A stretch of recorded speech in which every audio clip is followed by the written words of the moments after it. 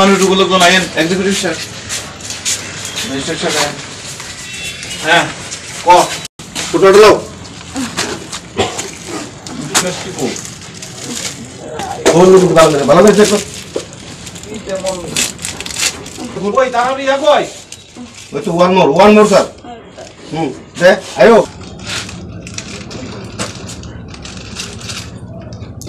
এটা কা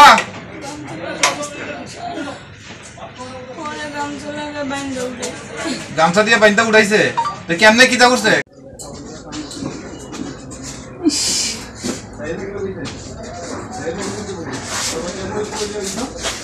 পুনে সাক্ষী দেওয়া লাগবে আই কার্ড লইয়ান সাক্ষীতে দিতেই বলতে এখানে কি ঘটনা হইতেছে ঘটনাটা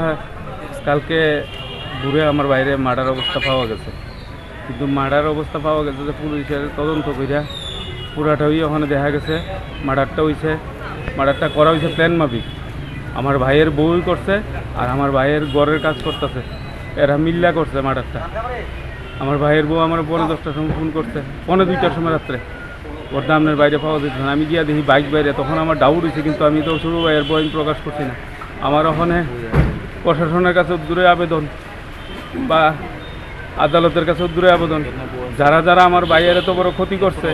তারা যাতে উপযুক্ত শাস্তি হয় তারা যাতে ফাঁসি হয় এমন যাতে আর কোনোদিন কোনো মহিলা কোনো পুরুষের লগে এমন না করতে পারে পুলিশ তারা আটক করছে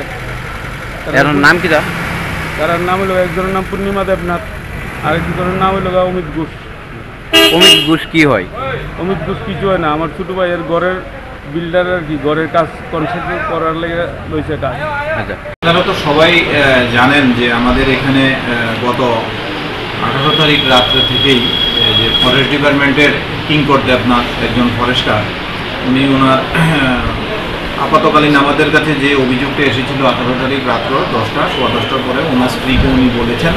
যে উনি ওনার এক বন্ধু ওনাকে বলেছে উনি একটু বাড়ি থেকে বের হয়ে যাচ্ছেন এবং সাবসিকুয়েন্টলি ওনার পরিবারের আত্মীয় স্বজনের পক্ষ থেকে জানানো হলো আমাদের থানায় যে ওকে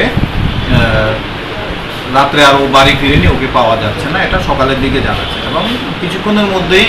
খবর আসলো যে পুলিনপুরের জাতীয় সড়কের পাশে কিঙ্কর দেবনাথের মৃতদেহ পাওয়া গেছে খবর পাওয়ার সাথে সাথে আমার তেলিয়ামুড়ার যে বড়বাবু উনি ওনার টিম সহ গিয়েছেন এবং যাওয়ার সময় আমাকেও ইনফর্ম করেছেন তো সাথে সাথে আমিও বের হয়ে যাওয়ার পরে আমরা তাৎক্ষণিকভাবে আমাদের তদন্তের সাথে যেটা আমাদের ফরেন্সিক টিম এবং ডগ স্কোয়াড ওদেরকে আমরা বলেছি এবং সাথে সাথে আমরা ঊর্ধ্বতন আধিকারিক এসপি সাহেবকে বলেছি এডিশনাল সাহেবকে বলেছি তো সবাই এসপি সাহেব এসেছেন এডিশনাল সাহেব এসেছেন প্লাস আমরা গিয়েছি এফএসএল টিম এসেছে আমরা তারপরে একটা কেস রেজিস্টার করেছি যেটা তেলিয়ামুড়ার কেস নম্বর হচ্ছে 48/2024 তেলিয়ামুড়া একটা মার্ডার কেস রেজিস্টার করেছি।